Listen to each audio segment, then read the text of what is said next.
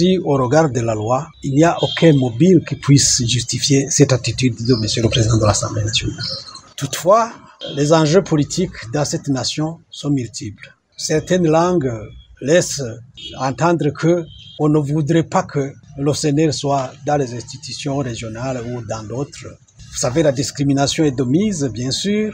Et cependant, pour ce qui est de l'EALA, par exemple, le traité dispose que les députés proviennent des partis qui siègent à l'Assemblée nationale, mais qui ne sont pas membres d'un exercice. Et donc, si pour eux, il faut nous refuser notre participation, par exemple, à l'EALA, vous comprenez que si on refuse la base, on refuse même le reste. La première chose, c'est d'abord nous accepter.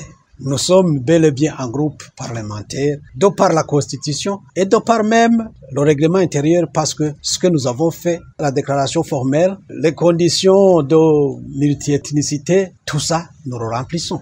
Et donc, j'en appelle plutôt à la sagesse de monsieur l'honorable président de l'Assemblée nationale. On ne gagne rien à créer des problèmes là où ils ne sont pas.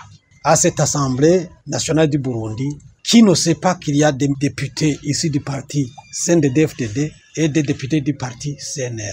Et s'il accepte qu'il y a un groupe parlementaire du CNDD-FDD, d'où vient-il qu'il refuse que le parti CNR, ses députés, puissent se constituer eux aussi un groupe parlementaire? Le deux poids deux mesures, ça ne peut nullement faire avancer cette nation. N'en déplaise, si ce complet dans ce mutisme-là, de nous opposer en silence à toute doléance, eh bien, nous autres, nous sommes des députés, nous sommes partis du peuple et nous sommes mandatés par le peuple. Nous exercerons le mandat que le peuple nous a confié. Toutefois, nous continuerons à réclamer nos droits.